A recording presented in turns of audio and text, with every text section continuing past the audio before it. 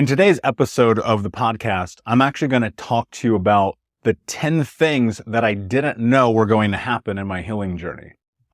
And if you don't know me, I am Michael Unbroken. I'm an author, speaker, coach, and podcast host. Obviously, you're listening to this. And my mission and my goal is to help other childhood trauma survivors heal and become the hero of their own story. And if you don't know my background, I'll hit it just briefly. Mother was a drug addict, alcoholic, stepfather, super abusive, spent most of my childhood homeless and deeply in poverty. In fact, I lived with over 30 different families in 4 years. At 12, I started doing drugs. At 13, drinking. And by 15, I was kicked out of high school. I made almost $1 million by the time I was 25, legally, mind you, but that just destroyed my life. And for the last 13 years, I've been on my own healing journey, learning to love myself, be the hero of my own story, and ultimately to be unbroken. And I'm here to share that with you. So these are the 10 things that I didn't know that I was going to learn that radically shifted not only just my life, but the way that I see the world. Number 1, accountability. When I started this journey, I had no idea that the very thing that was going to set me free from all the chaos of my past was accountability. And accountability wasn't about other people. So let me be clear about that. This level of accountability was for myself, looking at my choices, my decisions, and how I got to where I was. Now, I'll be honest with you. I spent a tremendous amount of time in victimhood mode of blaming other people and making excuses for everything that happened in my life. Now, I'll be clear. The bad things that happen to us, that's not on you. It's just not. But at some point, you have to take a look at your life and ask yourself, how did I get here? What role am I playing? And that's what accountability did for me. It actually taught me that there's some effort that I'm putting into my own demise. If you look at your life right now, you take a step back, ask yourself a question. How are my relationships with other people, with my intimate partner, with my family? How are the thoughts in my head about the way that I think about myself? Am I kind? Am I compassionate? Am I showing up? Ask yourself, are you taking care of your physical body? One of the things that we do if we've been through trauma is often we don't take care of our physical body. For me, this holds very true between smoking 2 packs a day, drinking myself to sleep, and being 350 pounds when I was 25. So let me be the first to tell you, I get it. When you ask yourself these questions, you start to get a really interesting dose of reality. Most people, now, I'm not saying this is you, I'm just saying most people, they live in a reality that they are creating, not in the reality that is true. There's a very big difference in those two things. And once you get into this place where you're looking at your life through the scope of accountability, reality really starts to set in. And if you're like me, and I'm not saying this is you, but I'm saying if you were like me when I started this journey, you start to recognize the role that you play. The excuses that we have in our lives are 100% valid. I'll never take them away from anyone. But you must recognize that if you're leveraging excuses every day, and that if you are playing the victim, you cannot be the hero of your own story. Those are two competing ideas, and they will clash, and they will never be able to bring you whole and healthy and happy in the same way that you can have when you start taking responsibility and accountability for your life.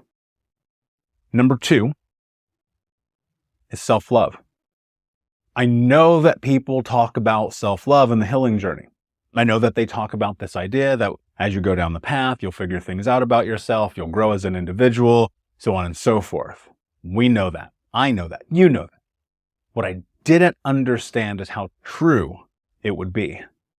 Learning to love myself is arguably one of the hardest things I've ever done.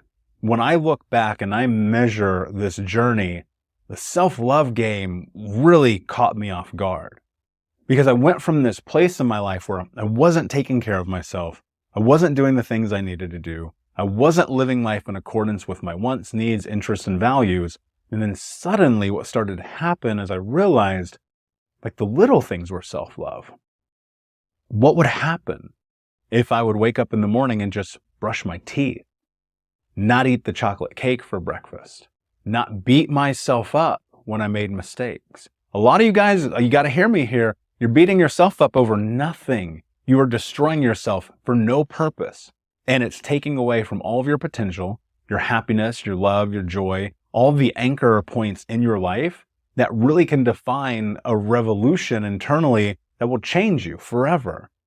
And when you can get into the place of self-love, what's really beautiful, and again, this comes with a lot of acceptance, accountability, and other words we'll get into in a moment, but when you really step into self-love, you'll find freedom. And it's incredible. I'm going to say that again because I really need to hear this. When you truly find self-love, you will be free. That freedom, however, requires a tremendous amount of discipline. Self-love isn't just bubble baths. Self-love isn't just, I'm taking the day off from mental health. Self-love is actually doing the thing that you said you're going to do because you said you're going to do it, and holding yourself to a higher standard. When you look at the journey for most people who have healed and you understand the dynamic of their past, you look at their family over here, mom, dad, grandmother, foster homes, care groups, however they were raised, you often find that they were let down time and time and time again. And they've learned that it's okay. It's okay if you're let down. It's okay if you don't have the people show up who say they're going to show up. It's okay if life isn't what you expected. And then over here, you start to learn self-love and you recognize raising the standard for yourself, learning to love yourself in a deeper capacity is actually what this is all about.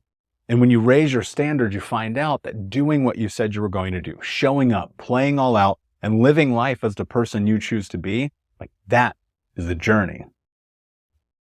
Number 3 is forgiveness.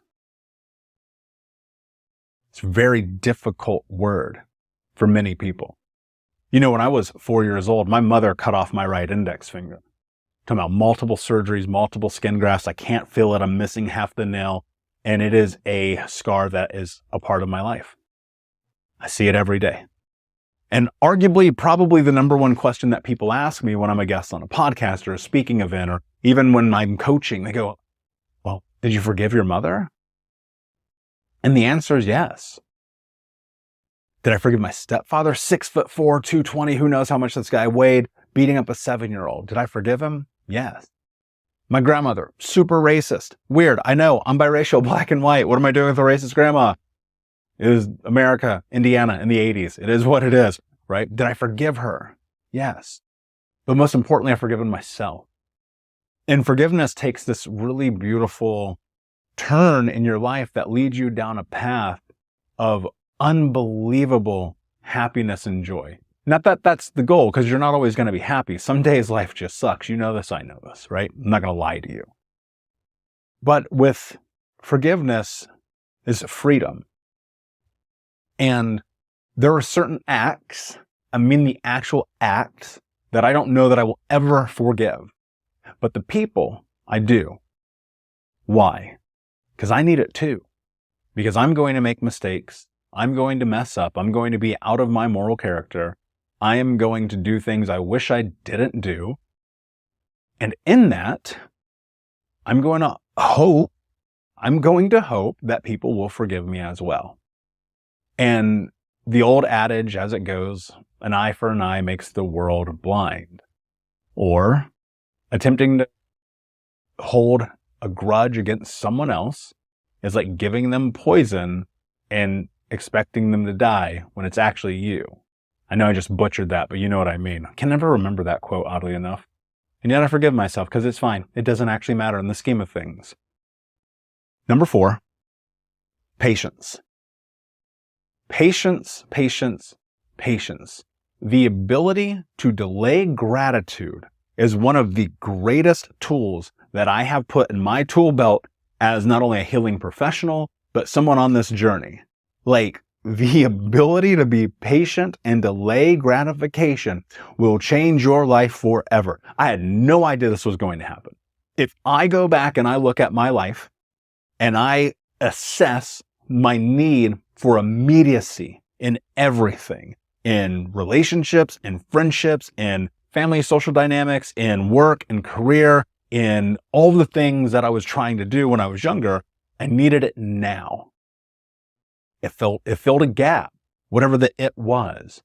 And I have learned that with patience and that ability to delay gratification, the journey is much more sweet because you take a little bit of expectation off of yourself. And I think all of our expectations are far, far, far too high for ourselves. Let me be very clear, not that you should not have standards. Hold yourself to a standard. You will only ever get that in which you allow yourself to have. And so patience is about not having the expectation in this moment. It's like, can I do the work? Can I show up? Can I play the game? Can I invest? Can I take the time for this to play out? When I was younger and I wasn't patient, paid a lot of penalties for that. As an adult, now a healed man, I find that patience and the ability to delay gratification makes my friendships better, my intimate relationships better, my money better, my health better. It's about playing the long game. It's just like investing. And this isn't money advice, so please, if you want to know money advice, go listen to Ken Honda on Think Unbroken podcast. Amazing. He has a book called Happy Money. It changed my life forever. Highly, highly recommend. The Ken Honda Think Unbroken podcast. So what happened is if you look at the way people invest, they're playing the 20-year, 25-year, 30-year, 40-year, 50-year game. And most people in their healing journey are playing the 15-minute game. You are not being patient enough. If it took you 20 years to go to therapy for the first time, if it took you 25 years, 30 years, 40 years, 45 years to start working on this, it's going to take a minute. You need to be patient. You have got to recognize that you've got to delay that gratification. But here's what's going to happen. Number 5, grace. Number 5 is grace. What does that mean? As you're on this journey, you're going to have to take it a little easy on yourself. Now, that doesn't mean you're not showing up for yourself. I'm going to extrapolate this idea a little bit more. I always ask myself every day, am I taking care of myself or am I taking it easy on myself? And these are two very different concepts, right? And so if I'm taking it easy on myself, sometimes that means I got to hit the eject button on everything and I've got to stop. And sometimes taking care of myself means I have to show up and do it anyway. Now you have to really assess. This really comes into the knowing, not lying to yourself, being honest, looking in the mirror and making a real assessment of where you are today. Because most people are like, oh, I'm tired. Life is hard. I need to go and drink a bottle of wine and get in the bathtub. No, you don't. What you probably need to do is go get on the treadmill, work out, go and be community with your friends, volunteer, hang out with your family, read a book, do something productive, like listen to the Think Unbroken podcast. Like whatever that thing is probably more important. And that is actually the taking care of yourself. And people fail to recognize that doing the thing that you need to do, that is it. But you're going to mess up. You're going to mess up. You're going to make mistakes. You're going to fall back. You're going to do the thing you said you're never going to do again. You're going to break people's hearts and have your heart broken. You're going to get mad at the world and things aren't going to go the way you expected them to go. And you have to have grace. And grace is just allotting the space for life to life. I always teach my clients, if you come into our Monday programs, whether it's in the group programs or Men's Monday, which you guys can go to unbrokenmen.com to learn more about that. What I'm always teaching is this idea of it's like, life is going to life. Bad things are going to happen. You are probably going to do things outside of your character. And it's about regrouping, recouping, reassessing, reengineering, and showing up. And that only happens through grace. Because if you're beating yourself up, you will never progress. I'm telling you right now, if you're beating yourself up, you will never progress in this journey. So you need to take a step back and offer yourself a little bit of grace. Number 6 is clarity. Clarity comes in this healing journey through recognizing what you want, through the path in front of you, through laying out a framework and a game plan. One of the reasons why I've found, and I've coached thousands of people over the years, one of the number one reasons that I have found that people do not have success in this healing journey, they don't have clarity. They have no idea what they want. They cannot sit down and articulate in a single sentence the life that they want to have. I kind of want this, that, maybe this, blah, blah. No, you've got to get crystal clear about what you want. You have to know it to the T, where if you're like, I want this kind of car, I know the leather. I know the color of the leather. I know how many miles I want it to be. I want to know if I'm the first driver or not. I want to know where I'm picking it up, how much it costs, the cost of the insurance. I have so much clarity. I know without a shadow of a doubt exactly the thing that I'm seeking. Most people can't even order at a restaurant. Think about this. I'm going to challenge you. If you are the person that goes to the restaurant and you ask the waiter or waitress for their recommendation, you're actually setting yourself up for failure. Here's why. And I know people are like, this doesn't make sense. Just follow me for a second. Because you are not in a position where you're making your own decisions. You are letting someone else interject into your life who has no idea who you are, what you like, your preferences, your desires, your food sensitivities, like whatever. Like, I'm gluten-free, and if I eat shellfish, I'm going to die, right? Like, I can't let a guy go, get this shellfish etouffee. No, it's over. Game over. Send me to the hospital, put my tombstone up. It's over, right? And they don't know that because they don't know me. Trusting yourself is so much of this healing process. And when you get clarity, you can sit in that restaurant across from this person and you go, I want this. And have conviction in it. This is what I want. Conviction and honestly, confidence comes through clarity. Because when you're able to extrapolate who it is that you are and you have clarity on it, you're unstoppable. It's interesting. Like when you have a job, I assume if you're listening to this, you probably are gainfully employed. And if you're not, that's okay. We can help you. Especially if you're a guy and you're trying to figure this out, message me. We got plenty of options that we can help you figure this process out. But here's the reality. Here's what I'll tell you. If you have ever had a job, ever, and even if you're not employed now, but if you've ever had a job in your entire life of any capacity, or if you went to school and you had a syllabus, or if anything that you've ever done required you understanding what was in front of you, then you know what it's like to move in a direction with clarity.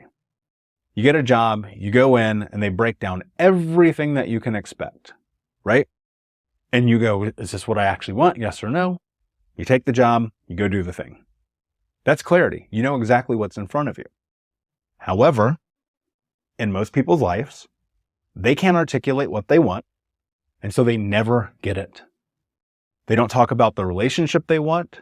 They don't talk about the health they want, the money that they want, the travel they want, the hobbies they want, the self-care that they want. They don't have it laid out in this way in which they can framework it and they can look at their life and say, oh, this is actually who I am and the direction that I choose to go. And so clarity for me came in this journey and helped me understand at depth who I am as a man, who I am as a leader, who I am a coach, who I am as a podcast host, who I am as an author, who I am as a speaker, who I am as a brother, as a friend, as a lover. All of these things came because I have massive clarity. I've actually even had people say to me, they're like, you are so different because you know everything that you want. Here's a trick that I learned from one of my mentors. It's life strategic planning, where multiple times a year, I sit down with a piece of paper and I write down the life that I want to have. And I measure all the activities that I have that are moving me to or away from that life. But I can only do that by having clarity and sitting down and asking myself, what do I want? What do I want? What do I want healing to look like? What do I want my coach to look like? What do I want my therapist to look like? What do I want my interactions with other human beings to look like? Can I have clarity about my own expectations? Right? And so as you go through this, you get the awareness and you lock that in, everything will be different. Number 7, acceptance. Okay. This is a tough one. This is a really tough one. Because acceptance means that you have to actually stare down the belly of the beast. Acceptance is looking at the worst things that have ever happened to you, acknowledging them, and saying, this happened. And it's unfair, and it sucks, and you should not have had this experience. But with acceptance comes the ability to heal. This list isn't any particular order, by the way, but if it were, acceptance would probably be number 1. We can hide, we can run, we can drink, we can smoke, we can try to have all the sex in the world, make all the money, buy all the clothes. But until we accept, and until we stop hiding, we will never be free. We will never heal. We will never grow. We will never change and transform. We will never get paid for our pain. We will ever be a victim. We will never become the hero of our own story. We will never become unbroken. Not until we accept it. And the hardest part about accepting it is people tie acceptance to shame and guilt. And they blame themselves. They say, I should have known better. It's like, bro, you were 7. Miss, you were 12. It's not on you. And when you accept it, you can let go. Even though it's difficult, I promise you it'll be the hardest thing you do. Because at 25, 26 years old, when I had my moment, I looked in that mirror, it was acceptance that brought me to where I am today. Without a question, unequivocally. People ask me constantly, they're like, what's the number one piece of advice you give somebody on their healing journey? I'm like, accept the truth. The reality that we live in, the reality that you live in, not the fairy tale that you wish you did. And that's where healing exists. Number 8, empathy. Empathy is so important on this process and in this journey, especially on the backside of acceptance. Because empathy, especially for yourself, will give you the ability to be human. To be empathetic is to be human, right? You hear the old adage, to err is to human. I agree. That's not incorrect. But to be empathetic is to be human. To your own suffering, to the suffering of others, to your own faults and mistakes, to the faults and mistakes of others, and to understand nobody knows what they're doing. If you know what you're doing, if you woke up on the day of your birth and you came out and your mama's holding you and you got somebody who handed you a guidebook for life and they said, this is the plan, will you please email it to me at michael@thinkunbroken.com? Because I can stop making these videos. I can stop making this podcast. I can stop coaching people. But that's not true. Nobody got a guidebook. We are all figuring it out day by day. And did our parents do the best? Yes. Could they have did better? Yes. Did we do our best? Yes. Can we do better? Yes. Absolutely. It's yeses across the board. But now you're in this situation, in this position where you have to look at your life. You have to ask yourself a very simple question. That question is, can I be empathetic to myself and to others? Because when you do, it's incredible what starts to happen. You humanize everything. You are a human living a human existence in a human world. And in the human world, humans are faulted. You are one of them. We are faulted. We are not perfect. Don't pretend it. We are all a little bit screwed up. I am too. To be honest, I don't even know why people listen to me. I'm like crazy. I'm as crazy as you are for listening to me. But I'm empathetic to it, to my own mistakes, my own journey, my family, my friends, my community, my lover, whoever. That's how it goes. Number 9 is compassion. I was probably, arguably, the least compassionate person ever. I had to become a robot for survival. And you may have too. I don't know. Most people, I'm not saying you, but most people who have traumatic experiences, they shut down emotionally. They become robots. They turn off. They choose. Subconsciously, they choose, because it's a survival mechanism, and even consciously, because it's a choice, to shut down. To hold people to impossible standards, themselves included, to fight about everything that doesn't matter, and to really be not even just a robot, but less than human. Because you have to be. Because it's the way you made it out. It's how you stuffed your emotions down, how you hid, how you ran, how you broke down, and how when you rebuilt, because you weren't given the appropriate tools, instead of building a space of love and compassion with green grass and an oasis of healthiness, you built a 25-foot wall, 10 feet wide and 100 feet deep, and inside of it is just lava. And it's darkened. And you think that that's the thing keeping you safe. But it's not. And not until you have compassion for the experience that you're going through will that lava turn into grass, turn into heaven, turn into peace? And I know it's hard to be compassionate, especially to people who hurt you. I get it. Why should I be compassionate? They hurt me. They took from me. They did. Imagine what happened to them. I was sitting in my therapist's office one night and I was sharing a story with him. And I was just like, dude, I don't know why my mom did all these horrible things and married this horrible man. And my grandmother was a crazy person and all these things. And he goes, have you ever just stopped and asked yourself, what was my mother's childhood like? And when he did that, my life changed forever. Because I'd never contemplated that maybe, just maybe her childhood was horrible too. And her mother, and her mother's, and his father, and his father. And that this problem wasn't just my family, but this was generations, and it was global, and it was a pandemic. And so it literally forced me, like almost in a moment, it made me be more compassionate. Because I just realized, like, man, I can't imagine what she went through. And I knew my grandmother, and I couldn't imagine what she went through. And I didn't know her parents. It must have been pretty dark. And I know it feels very difficult, because this was. And I was like, man, really? I've got to be compassionate to these people. Are you kidding me right now? And I'm telling you, like, I know as crazy as it sounds, when people see me and they're like, man, this guy, he's so intense and he's covered in tattoos. What does he know about compassion? I'm like, everything. It's what brought me here. It's what drives me to do this on hard days. Because trust me, this isn't easy, and I'm not a millionaire, and this takes a lot of effort. And thank God I have an amazing team and people who support the show. By the way, if you go to thinkunbrokenpodcast.com, you can support as well. We have coaching programs. If you go to thinkunbroken.com, you can support, and I will support you in return.